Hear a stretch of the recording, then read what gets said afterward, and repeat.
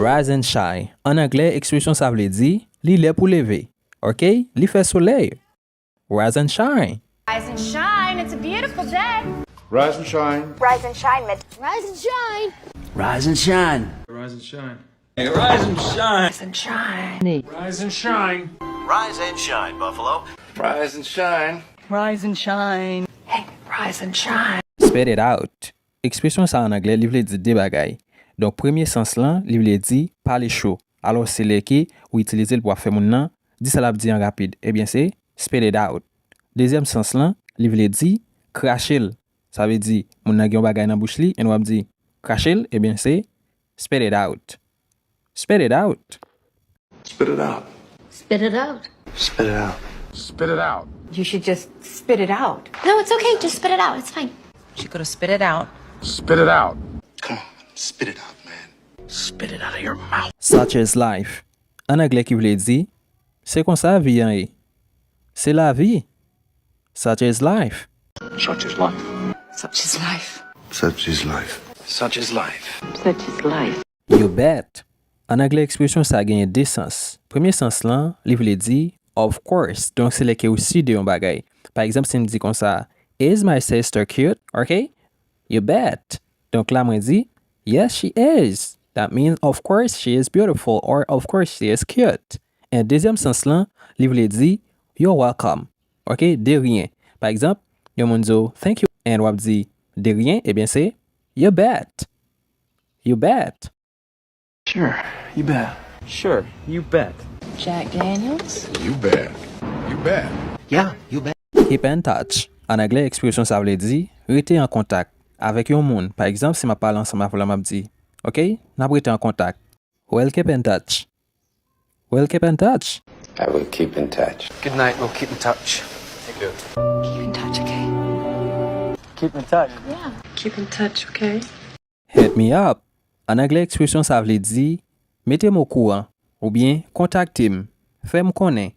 Et par exemple, vous te parlez en bagage ensemble avec mon là, dit, OK, contactez-moi. So, hit me up. Hit me up. Hit me up anytime you want. Hit me up with an oatmeal raisin, will ya? Right, so Vicky, hit me up, man. Hit me up if you ever need. I'm game. En anglais, expression ça veut dire moins disposé ou bien moins prêt, moins intéressé avec un bagage. Par exemple, on a parlé en bagage ensemble avec vous là, on dit, you know, moins prêt pour ça. Eh bien, c'est I'm game. Yeah, I'm game. I'm game. Yeah, I'm game. I'm game if you are. Sure, I'm game. I'm game. En anglais, si wap di yon moun, mba ou défi. Eh bien, c'est I dare you. OK? I dare you. Mba ou défi fait tel bagay. OK? I dare you. I dare you. I dare you. I dare you. I dare you. So be it. Expression ça qui vle di, que ça fait comme ça. Ou bien que ça fait jan liya.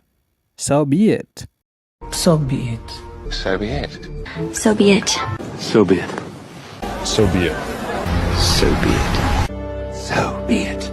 So be it. So be it. So be it. No offense. En anglais, expression ça vle di, sans dérespecter pièce moun, ou bien sans déranger pièce moun. Par exemple, ou ta parlé là, ou di un bagay, donc ou di, you know, m'pa fait ça pour me déranger pièce moun. OK? No offense. No offense. Sorry, no offense. No offense. No offense. No offense. No offense. No offense. No offense. No offense. No offense. No offense. No offense. No offense. Short. No offense. No offense. No offense. No offense. I got goosebumps. En anglais, expression ça veut dire comme fait chair des poules ou bien li bam chair des poules. I got goosebumps. Hey, I got goosebumps. I've got goosebumps. I've got goosebumps, frankly. I got goosebumps. I told you it'd be great. I got goosebumps up and down my goose. He proposed to me with the ring. I got goosebumps. I just got goosebumps. I got goosebumps. I rest my case. En anglais, expression ça veut dire m'fini ak samedi. Pas gagné m'a pas ajouté encore. I rest my case. I rest my case. I rest my case. Huh? Yeah, I rest my case. I'll see. I rest my case. I rest my case. What? Check this out. En anglais, yo utilise expression ça pour capable dire yon moun, gardon bagay, comme si pour faire moun nan prêter attention avec ça qui wap montre là, OK, ou capable dire garde ton bagay ou bien tend ton bagay. Hey, check this out. Check this out. Check this out. Check this out. Check this out. Check this out. Check this out. Check this out. I'm full. En anglais, expression ça veut dire ventre moi plein. Mais dans quelques cas, il veut dire bon, ça dépend de ça mon nan ba ou. Donc pour montrer mon nan qui est satisfait avec ça, et bien on capable dire yeah, bon, OK? Ou bien yeah, ventre moi plein. I'm full. I'm full. Well, you sure you don't want it? No, I'm full. I'm full. Me too. Ira? I'm full. Don't freak out.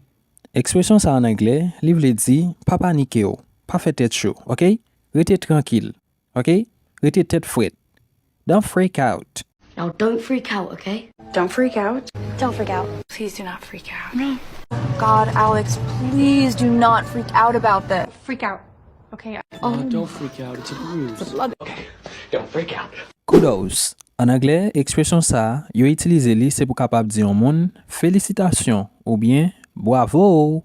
Eh bien en anglais c'est kudos. Kudos. Kudos. Kudos. Kudos.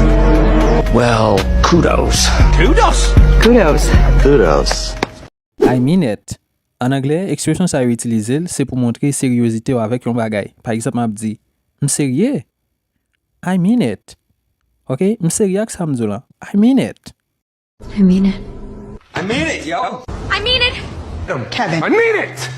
I mean it. I mean it. I mean it again. I mean it. I mean it. Oh, I mean it. I feel blue. Alors, expression ça en anglais, yo utilise li c'est pour capable di gens qui ou déprimé ou bien gens qui ou fatigué. Par exemple, on dit si tellement senti me déprimé, me fatigué, eh bien en anglais c'est I feel blue. I feel blue. Sometimes I just feel blue. I feel blue. Yeah, I was feeling blue. This is what I do when I feel blue. I'm feeling a little blue. Sometimes you feel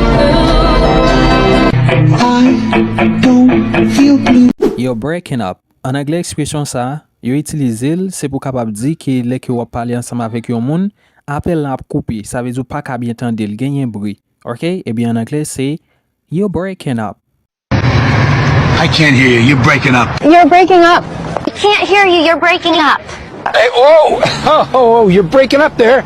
You're breaking up, honey. Justin, you're breaking up. Justin, you're breaking up. We did it. En anglais, expression ça, yo utilise c'est pour capable dire soit félicitations ou bien par exemple si que ou t'es participé soit dans un concours, on doit dire nous fait le vrai, OK? Nous gagnons le vrai. Eh bien c'est we did it. Hey, we did it. OK? Nous champions vrai, nous remporter le vrai. So we did it. We did it. Wait, we did it. We did it? We did it. We did it. We did it. We did it. We did it. We did it. We did it. We did it. We did it. Yeah. I'm not ready yet. En anglais, expression ça veut dire m'poko prêt, OK? M'poko paré. I'm not ready yet. I'm not ready yet. I'm not ready. Hey, no, I'm not ready yet. Come on. I'm not ready yet. I'm not ready yet. I'm not ready yet. I'm not ready yet. Wait up, this is teacher Yorlens. Je veux dire m'a présenter nos langages. Langage c'est une application gratis qui permet d'apprendre anglais, espagnol, portugais et l'autre langue. L'application ça est disponible sur Play Store ou App Store. Link là dans commentaire, cliquez sur lui pour capable télécharger l'application ça pour capable apprendre langue ça yo. Après, pas hésiter à partager link là avec une famille ou bien un ami pour lui capable apprendre même j'ai ensemble avec vous. I told you so. Expression ça en anglais, livre le dit m'te dit ou ça ou bien si c'est avec un groupe on a parlé, ou capable dire m'te dit nous ça. I told you so. I told you so. It's what I need to hear right now. I told you so, mother. I told you so. What? I told you so. I told you so. I told you so. I told you so. Zip it. Expression ça en anglais, livre le dit ferme bouchou ou bien pela. Par exemple là, on parler ensemble avec un monde, et bien on va dire moun nan pela ou bien ferme bouchou. En anglais c'est zip it. Sit and zip it. Zip it. Zip it, Sinead. Zip it. Stop it! Zip it! Yeah, zip it, Dave. Keep that change. En anglais, expression ça veut dire ou mettre kembe monnaie. OK? Par exemple, on parler ensemble avec un monde là, on dit ah, ou mettre prend monnaie ou bien ou mettre kembe monnaie.